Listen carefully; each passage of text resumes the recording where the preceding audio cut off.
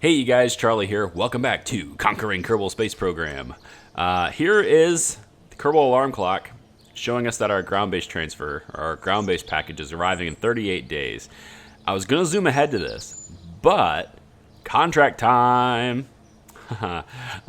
We have, well, first off, K-Files, The Strange Things. The next episode of K-Files is available. So we can grab that if I want to. Not a whole lot of money in it, but it's just a story to follow, you know? And so, Strange Things, you'll need a craft capable of reaching and landing at the northern ice cap. Now, I can do that. As soon as I accept this, I have a feeling it's gonna, show me the story. And that's not really the focus of this episode, so I'm gonna go ahead and just kind of leave that in the Offered tab for now. And we'll come back to it when I'm ready to do that contract. Okay, so, what are we doing today? We're going to space camp. Mortimer is constantly complaining about the cost of hiring new astronauts. Rather than wasting our funds on training recruits or picking up whichever Kerbals happen to be in need of rescue from Low Kerbin Orbit, we should set up a space camp and train paid tourists to join the space program. Bring the tourists and some instructors to a long-term facility in orbit, and when they come home, we'll see which ones are good candidates for joining the space program. So the mission is to bring 13 tourists into a long-term orbital training facility, which for us is the PISS. Some will join our space program when they return. That's important. We're going to get more help. We're going to get more Kerbals. I don't know how many are going to join, but there's 13 of these guys, so maybe if I get 2 or 3, I'm still happy about that. Okay, so I'm going to need a pilot, an engineer, and a scientist. And one of these guys has to be at least level 2. And for passengers, we have 13 passengers.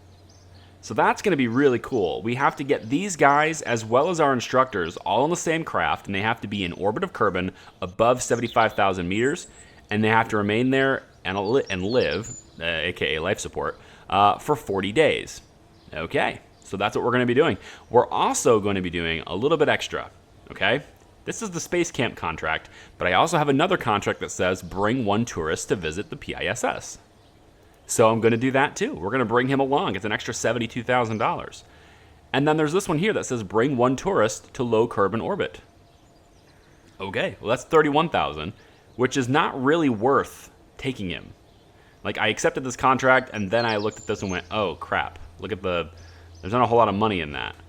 He needs to be in orbit of Kerbin for 1 hour. Well, he's going to get a lot more than his money's worth, because he's going to jump on the plane with the rest of these guys, and we are going to do all of this in one flight, and he's going to stay in Kerbin for 40 days instead of for an hour. So, yeah, that's how it's going to happen. So what are we going to do? How are we going to get that many Kerbals up to orbit, right? I mean, we're talking 13 tourists, then 14, then 15 tourists, plus 3 instructors. That's at least minimum 18 Kerbals. But I don't have any 2-stars on the ground except for Jeb. And I don't have any scientists here. If I take a look at the astronaut complex, nobody good. I mean, there's really good people, but they're pilots, and I don't want any more pilots. I have enough pilots. The only scientist I have is Heidi. She's a new hire, so she doesn't have any experience at all. And then the only one with 2 stars is Jeb. So I have no engineers on the ground either. So all of this stuff, all of this training, all of the parameters is going to take place on the station. So how are we going to get all these guys up to space, right? Well, I have a new surprise for you guys. Let's look at the spaceplane hangar and check it out. Okay, we're in the spaceplane hangar, and there's a bit of a backstory to this. You guys remember Bartman Kerman, hopefully. He is our recently deceased pilot who, unfortunately, was not able to successfully, get from the Kerbin space station, aka the PISS, back to Kerbin safely. He was labeled as a tourist because of a mod conflict that I had USI life support installed for whatever reason, I don't remember. And long story short, we kind of had a problem on re-entry, the craft exploded, and Bartman is dead. Well, the crew did not understand. The crew didn't know this, but Bartman had been talking to Werner, and he had been talking to engineers, and he had been really talking to upper management for quite some time about not being a pilot anymore. You see, Bartman's real passion was engineering, but no one really gave him the time of day because his designs were considered goofy and unorthodox, and there's no way that could ever work.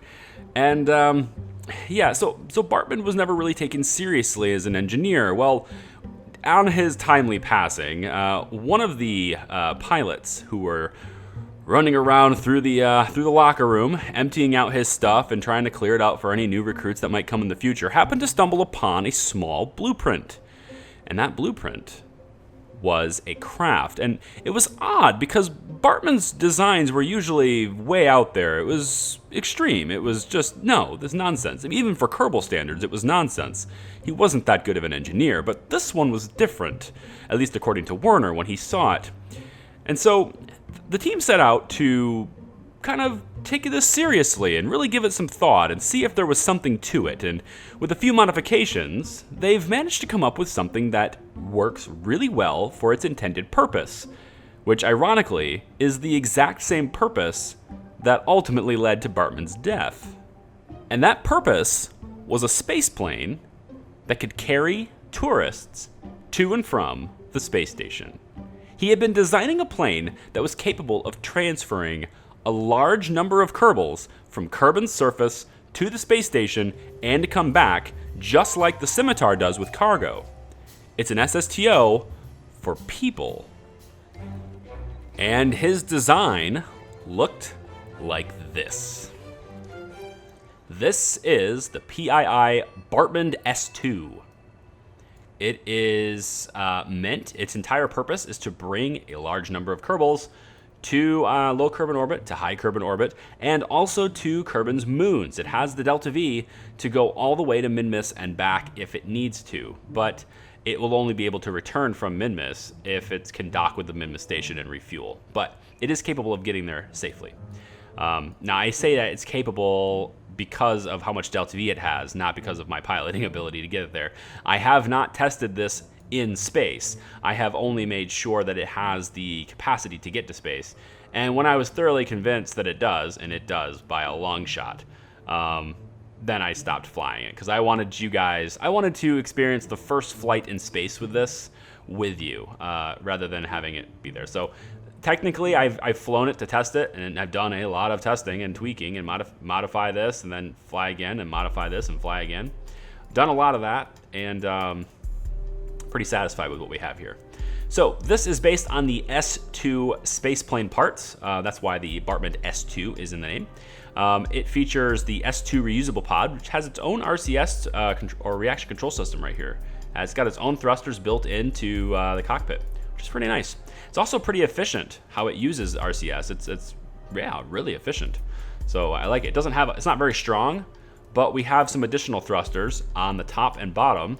These are the ARV 108 heavy RCS blisters. I think he meant blaster, maybe not, maybe blister was intentional, but either way, we've got two of these big things. These things are the exact opposite of the cockpit. These are very inefficient, but they're incredibly powerful. They has 4 kilonewtons of thrust in each of these. So these things can move us around pretty good. You'll notice throughout the craft, and they're not that strategically, not that elegantly placed. I'm thinking of maybe moving them, but we have parachutes all over the place in case we need it. And knowing me so far in my history of being able to re-enter the atmosphere, we probably will need it. So let's hope not, but we probably will. This thing here, this is the wide intake adapter. It is part of the S2. It says S2W, but I think the W maybe is for wide. I don't know. It takes the body shape from this and transforms it to adapt to this for the wide universal engine mount. We'll get to the engines in a second. This little bit here, this adapter, has an intake, and this air intake pulls in a lot of air. I think it's 11. Like a normal air intake that you'd normally see is like maybe 1 or 0.5. You might get a huge one that'll do 2. This whole adapter tank here does 11. Plenty of air flow for these other engines here. These new engines that you've probably never seen before, these are the Sabre M's. There are also smaller versions called Sabre S's, and I have a feeling I might see Sabre L at some point, but I don't know that. I don't have anything unlocked that says Sabre L anyway. These Sabre M's pack a pretty damn good punch, and yeah, there's 480 kilonewtons of thrust in the air breathing mode. There's even more when you get to the closed mode. These are like the Rapier engines. They can switch modes, which is why we only need 3 engines. There's no nuclear engines on this, no nothing, just these 3 engines, and that is all we need.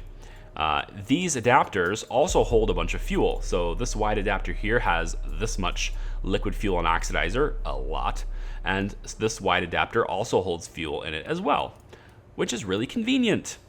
Of course, our wings, if you haven't seen them already, you obviously have, it's on the Scimitar, has the same wing system. This is based on the SH wing system, which again, I think is B9 Aerospace. The tail fins are not B9. These are stock. We've looked into that and kind of confirmed it through whatever. YouTube comments also said that these are stock, so that's good. And then we've got some we have some colored lights along the side, which you guys will see those when we get out there on the launch pad, or on the runway, if you will. Finally, we have some solar panels here just to kind of keep our charge. We don't have big ones. We don't need big ones. But let's take a look real quick inside the cargo bay, because we are going to be using quite a bit of monopropellant because of those big blisters that we have back there. They do use a lot of fuel. They're powerful, but they use a lot. So let's open up the cargo bay really quick. And inside the cargo bay, it's a really tiny cargo bay. It's not meant to hold a whole lot of stuff. This cargo bay has a couple of backup parachutes in case they're needed. I don't know why I would need them, but in the event that I'm out of control and I've already expelled these for whatever reason, maybe I accidentally click the space bar or whatever, I'm hoping that these parachutes are capable of slowing me down enough to where I might be able to recover and fly. I doubt it. These are mostly just, honestly, I'm not even entirely sure why I need these parachutes. You know what? I just talked myself out of using them entirely. So there we go. No more parachutes. So this cargo bay is lined with batteries along the outside. These are each 1200 charge. Yep. Lined with batteries along the outside. And then we've got these RCS tanks holding monopropellant on the inside, as well as this little TAC life support container here. There's also a small Communitron 16 antenna here in case we need to transmit something. I don't know why we would. There's no science experiments on this, and we've already done crew reports, so I don't know why I would, but it's there if we need it. If we have leftover monopropellant, we're not going to transfer it to the station. In fact, once we dock to the station, and we'll get to docking in just a second, once we dock to the station, I'm actually going to fill these up. Not all of them, probably just the front 2, but I need a bunch of monopropellant because re-entry with this in the atmosphere, I want to make sure I have monopropellant because I just have a feeling I'm going to need it like a lot. So I kind of want to move these forward a little bit more. I keep looking at these wings, and I think I'm going to move them forward just a little bit more, like maybe like there. Probably good. And maybe we'll put them in just a little bit. There we go. Yeah, whatever. It's good. Anyway, so that's the cargo bay. Now, for docking, you may have noticed the cockpit does not have a docking port on the front of it, which is something that the Scimitar has, and that's how we dock the Scimitar. It was very difficult to dock the Scimitar, but because it's so big, this plane is not nearly as big as that plane. If I loaded this one next to the other one, if I had these two things sitting next to each other, you would see a massive difference in size. I mean, the Scimitar is essentially a giant spaceship. This is a reasonable sized plane. The cockpit is smaller than the Mk3 cockpit. It's larger than the Mk2, but it's smaller than the Mk3. So that gives you if that gives you a size comparison that you might like to see. If I was to grab, let's say, the Mark IV cockpit. Here it is. This is the Mark IV cockpit. So, like, serious size difference there in the cockpit size. But anyway, so docking this is going to be a little more tricky, right? Because we have to... Oh, I remember why I didn't have these wings up. Because the ladders are here. The ladder is here. That's why the wing was back. Okay. There we go. A little bit back. Docking is done with this docking port on the bottom. All right, this is a shielded docking port that is right underneath the crew cabin, which I like. It's kind of appropriate that it's right underneath the crew cabin. And the shielded docking port, I love this. When it opens the doors wrap around the body. I just love that. That is slick. Oh yeah. So we'll dock to the station with this, which is gonna kind of be a little bit different. The plane will kind of be, it won't be straight ahead, you know, it'll be kind of, well, you know. Now, to dock with that, we're gonna have to make sure that our RCS, our authority, if you will, is kind of directly over center of mass. Here is center of mass, and here is our RCS thrusters. And by the time we get up there to space, this center of mass moves back here. So there you go. Problem solved. We have RCS thrusters here and here. So how does it fly, right? Stop talking in the freaking spaceplane hangar, Charlie. How does this thing fly, right? Well, let's go to space camp and we'll find out. Okay, guys, welcome to the landing strip, the runway. That's the word I'm looking for, runway. I've gone ahead and time accelerated a little bit so that the PISS is roughly in the right position that I want it to be in. I don't know if it's right or not, but for whatever reason, if I go to map view with this craft, it will bounce around and like reload, like physics reload for some reason when I come back to it from the map view. And these wheels end up being like in the runway and they explode as soon as I take off. It's really stupid. So I'm time accelerated from the tracking station to be where we want it to be.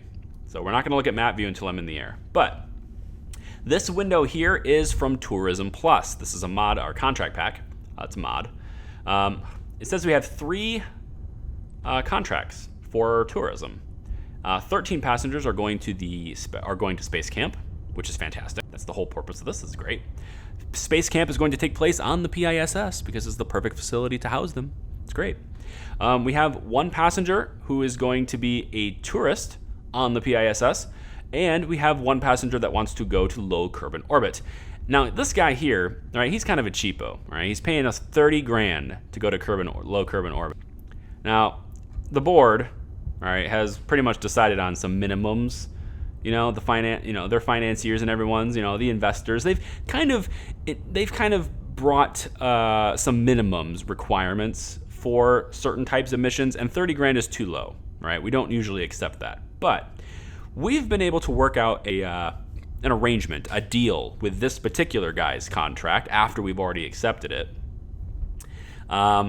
Basically, if he's willing to stay on the PISS throughout the space camp training, then he can go.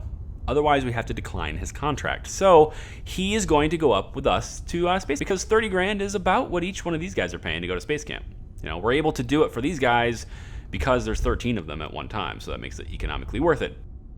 You can see we've got colored lights on the sides of the craft. We've got red on port and green on starboard. I got that right? Starboard's right, port's left. I think that's how that works. Oh God, drawing a blank. Don't kill me, please, it's okay. I'm just streaming and I can't think straight. Okay, so it's on, thrusters all the way up, and let's go.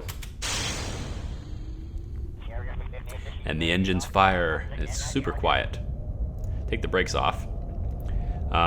Super quiet engine. This is kind of a luxury experience for our Kerbals. They're already being served wine, which is really kind of dangerous to serve them wine while takeoff is happening. But you know, that's the kind of facility we are here on the Bartmond.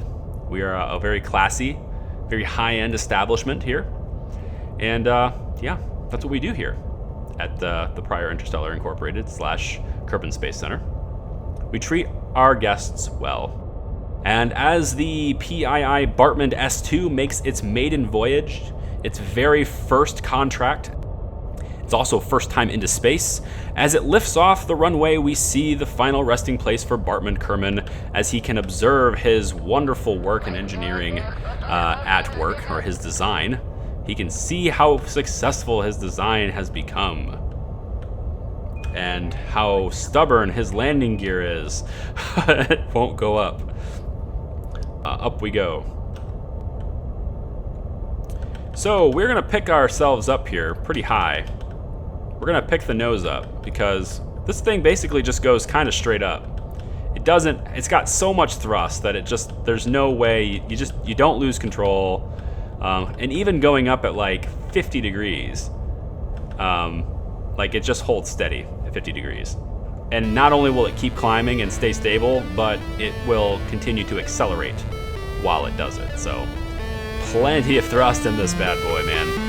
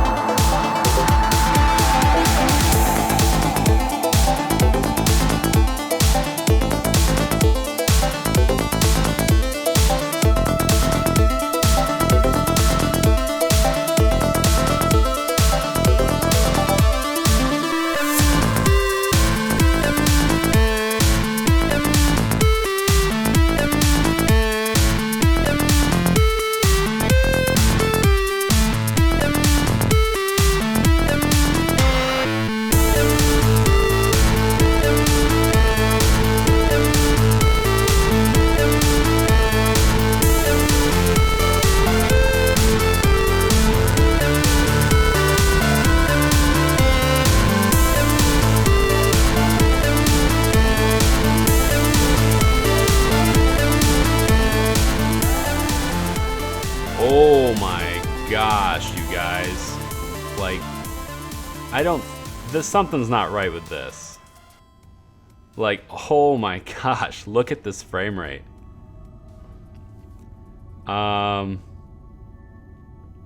64-bit game.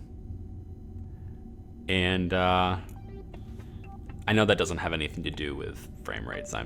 Before you go to the comments, I know that doesn't have anything to do with frame rates, but I mean, it's indicative of a modern 4-bit game, so it's a modern title, something that's up to date to what you would consider to be current tech. But we're getting like 3 frames per second. This is going to take a very long time. And oh man, I don't know. I think maybe the people in the comments that were suggesting I do 2 stations, one with people in life support and science and things, and then the other with just for refueling on another station, I think you people are onto something, because I mean, I don't know, like I can't play like this, you know what I mean? Now I can time accelerate, which would help a little bit, you know?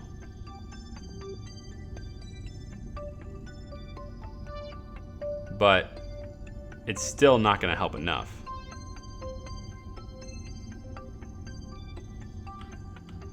It's not enough, you know? Another comment told me that I could adjust my physics timing, adjust my physics delta time or whatever it's called, to be slower, and that way it would like redo physics in longer increments or something. I think that's how that works. And that would allow me to have a frame rate that's better at the sacrifice of having time not actually move in real time, which might be an option. That might be an option. If I know that I'm recording a video that has to do with the space station, I might do that. I'm not sure how that would work. I mean, it would kind of be like playing the game in slow motion all the time, wouldn't it? Which I suppose is what I'm doing anyway.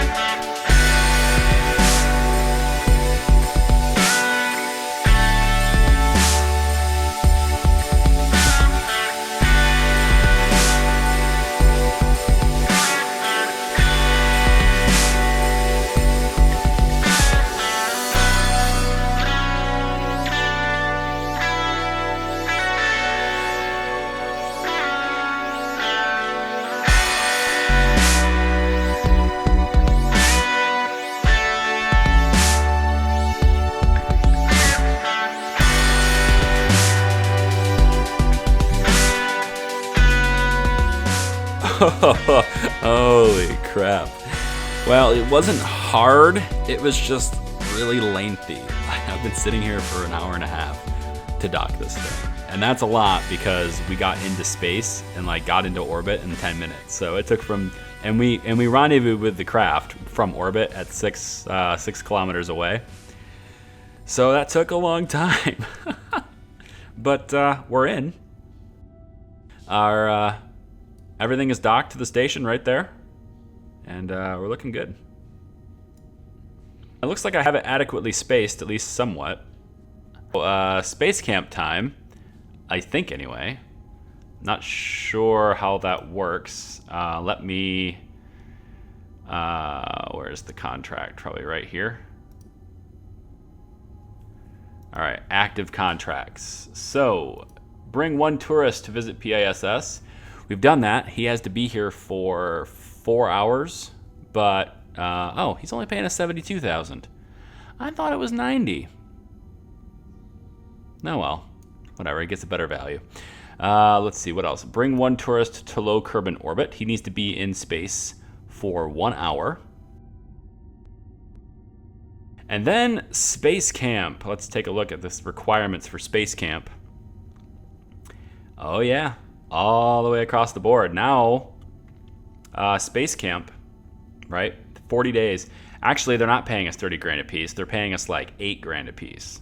Bunch of cheapskates.